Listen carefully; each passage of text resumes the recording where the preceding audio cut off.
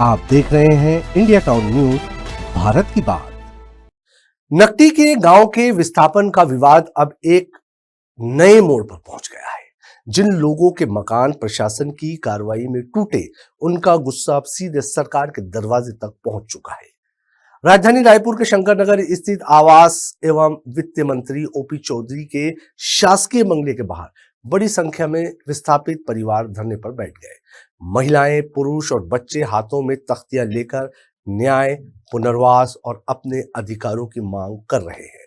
प्रदर्शनकारियों का कहना है कि जब तक उन्हें सम्मानजनक पुनर्वास और उनकी मांगों पर ठोस फैसला नहीं मिलता, तब तक उनका आंदोलन जारी रहेगा। वहीं किसी भी अप्रिय स्थिति से निपटने के लिए मंत्री के बंगले के बाहर भारी पुलिस बल तैनात कर दिया गया है। आखिर क्यों मंत्री के घर तक पहुंचा नकटी का गुस्सा और अब सरकार पर कितना बढ़ गया है दबाव? नमस्कार, आप देख रहे हैं इंडिया टाउन न्यूज। मैं हूं आपके साथ कमर गौस। देखिए हमारी ये खास रिपोर्ट।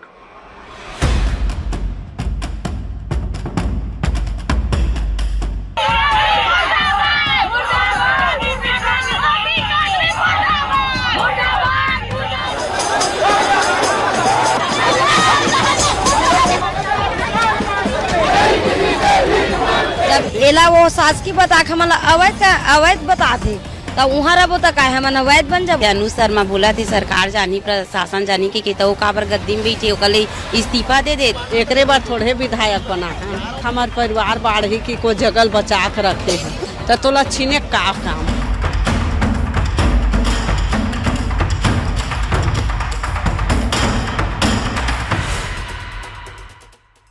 नकटी गांव से विस्थापित परिवारों का आंदोलन अब राजधानी की सड़कों तक पहुंच चुका है। शुक्रवार को बड़ी संख्या में ग्रामीण रायपुर के शंकर नगर स्थित आवास एवं वित्त मंत्री ओपी चौधरी के सरकारी बंगले के बाहर एकत्रित हुए और धरने पर बैठ गए। प्रदर्शन में महिलाओं, बुजुर्गों और बच्चों की भी बड़ी भागीदारी देखने को मिली। हाथों में तख्तियां और बैनर लेकर लोग सरकार के खिलाफ नारे लगाते रहे। प्रदर्शनकारियों का कहना है कि उनका उद्देश्य किसी प्रकार की अशांति फैलाना नहीं, बल्कि सरकार तक अपनी आवाज पहुंचाना है। उनका कहना है कि जब स्थानीय स्तर पर उनकी मांग का समाधान नहीं हुआ तो उन्हें राजधानी आकर अपनी बात रखने के लिए मजबूर होना पड़ा। धरने पर बैठे विस्थापितों का कहना है कि प्रशासन की कार्रवाई में उनके घर तोड़ दिए गए, लेकिन पुनर्वास की व्यवस्था अभी भी अधूरी है। उनका आरोप है कि कई परिवार आज भी स्थायी आवास और बुनियादी सुविधाओं से वंचित है। उनका कहना है कि सरकार केवल आश्वासन दे रही है, लेकिन जमीनी स्तर पर सभी प्रभावित परिवारों को समान राहत नहीं मिल पाई है। प्रदर्शनकारियों की मुख्य मांग है कि सभी प्रभावित परिवारों का सम्मानजनक पुनर्वास सुनिश्चित किया जाए और जिन लोगों के घर तोड़े गए हैं उन्हें उचित वैकल्पिक आवास, मूलभूत सुविधाएं और आजीविका की व्यवस्था उपलब्ध करवाई जाए। कुछ प्रदर्शनकारियों ने नकटी गांव में ही पुनः बसने की मांग भी दोहराई। तो वहाँ कुछ जवाब नहीं मिली से वो तो भाग गए। वहाँ वह कलेक्टर भी है, तो वहाँ से आके अभी ओपी चौधरी बंगला के सामने में धरना प्रदर्शन करा था नमूना। जैसे अनु शर्मा बोला थे सरकार जानी, प्रशासन जानी के तो काबर गद्दी में बैठे ओकले इस्तीफा दे दे, और वो सांसद भी इस्तीफा दे दे और ये मंत्री ना जेकर घर आन वो इस्तीफा दे दे। जब ते यहाँ जनता के हित के लिए काम नहीं कर सका था तो तुहन मतलब गद्दी में बैठे कोई जरूरत नहीं है। हमार घर ला तोड़े ना तेकरे हमारा वही जमीन में हमार जमीन चाहिए, हमार एक एक ईटा के मुआवजा चाहिए कि केकर बैठे है ना मन। हाँ, अब हमार जमीन ला छोड़ के जावन नहीं, हमार गाँव छोड़ के जान नहीं है मन। और हम गरीब मन के परेशानी ना ये नेता मन नहीं समझे, ये हमारा ना कीड़ा मकोड़ा समझते। तभी तो हमारा लेक के वहाँ वो नान चन एक ठो कुरिया है तीमे लेक के फेंके 10-15 जन हवन। हम मोर पर जब मोरे यहाँ नाम सास ससुर है, देवर देरानी जेठानी, हम 4 फैमिली, 4 परिवार 5 परिवार हवन। और ओकर लइका मन ला सोच लिए अब एक ठो रूम दे ते में रही जब वो कहा मन हमार गाँव हमार पुरखा जमीन है तेला हमन छोड़ा नहीं। और उनचे हमें जमीन चाहिए हमला अगर हमार पुरखा जमीन ला शासकीय बोला थे, शासकीय जगह में अवैध मन बसे बोला थे तो हमला सरकारी जगह काबर देवा थे ताकि 2-4 महीना के बाद दूसरा जगह फेंक देबो करके। हमला नहीं चाहिए वो घर, अपन मन 2-4 दिन वहाँ जाक रहे अपन डौकी लइका मन संग। जब एला वो सास की बता हमला अवैध बता थे तो वहाँ रहो तो का हम अवैध बन जब अवैध निकला का स्थायी हाँ? ये शासन मैं मौलाना मतलब मोरला तो अभी 11 साल हुए शादी हो का है। मो सास ससुर मल्ला मतलब 27-28 साल हो गए वहाँ रहा। 30 से 40 साल हो गए हमला रहा। हमार पुरखा चीजे चारा गाड़ छोड़े रही। अब हमार बस्ती में हम आम नहीं होते तो हमार बाल बच्चा नाती पोता बहू बेटा लत हमार जगह है तहाँ जाग बसना जरूरी है ना, है न। आवाज तो ते देहस देख बात ते तोड़ा थस।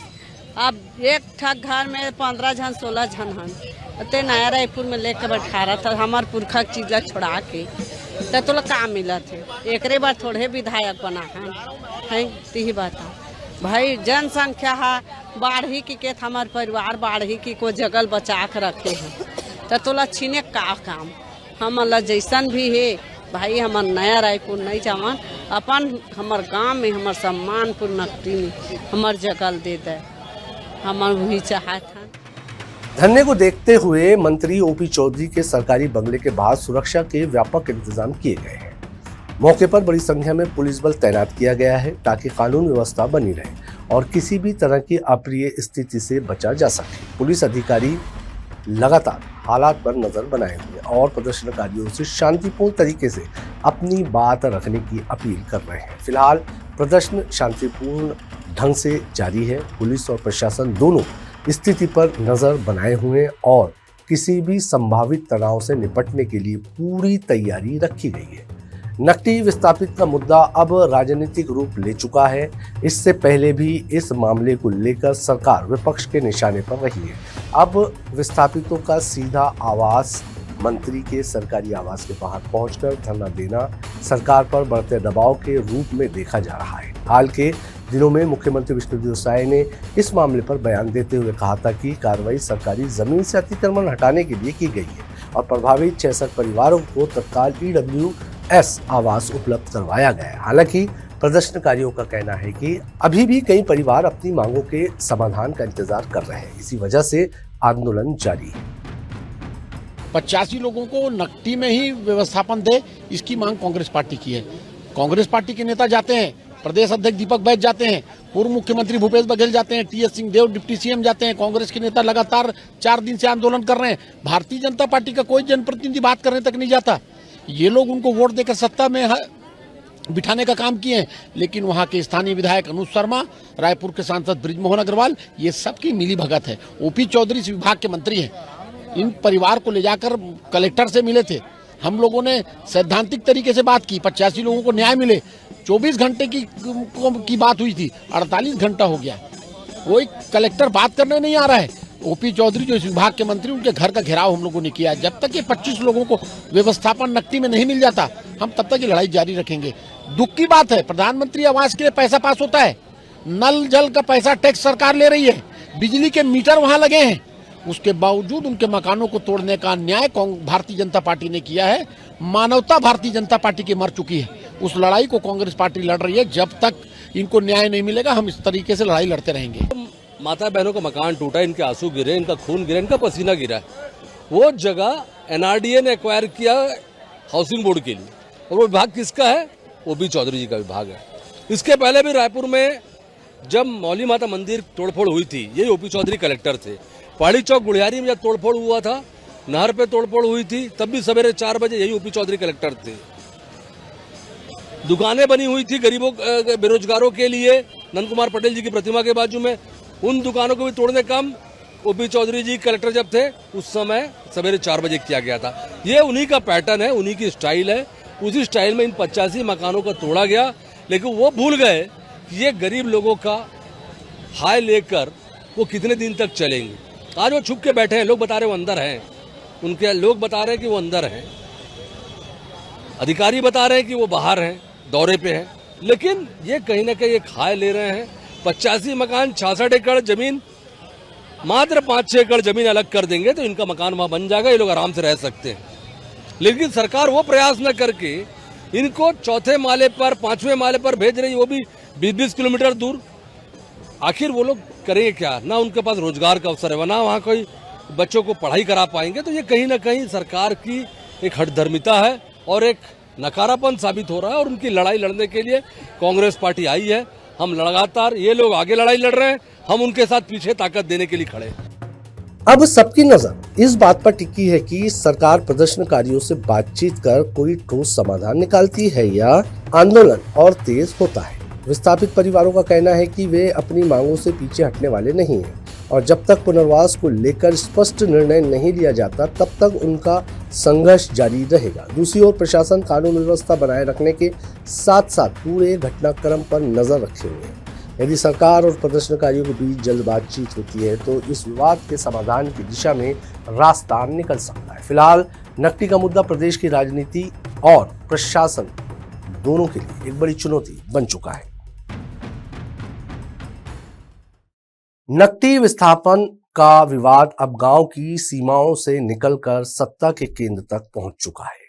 मंत्री ओपी चौधरी के सरकारी बंगले के बाहर चल रहा घटना इस बात के संकेत है कि प्रभावित परिवार अपनी मांगों को लेकर अब निर्णायक लड़ाई के मूड में है। एक ओर प्रदर्शनकारी सम्मानजनक पुनर्वास और न्याय की मांग कर रहे हैं तो दूसरी ओर सरकार और प्रशासन कानून व्यवस्था बनाए रखते हुए समाधान तलाशने की बात कर रही है। अब सबसे बड़ा सवाल यह है कि क्या बातचीत के जरिए इस विवाद का हल निकलेगा या फिर नकटी का आंदोलन आने वाले दिनों में और व्यापक रूप लेगा। फिलहाल इस खास रिपोर्ट में इतना ही। मुझे दीजिए इजाजत और आप देखते रहिए इंडिया टाउन न्यूज, भारत की बात। नमस्कार। आप देख रहे हैं इंडिया टाउन न्यूज, भारत की बात।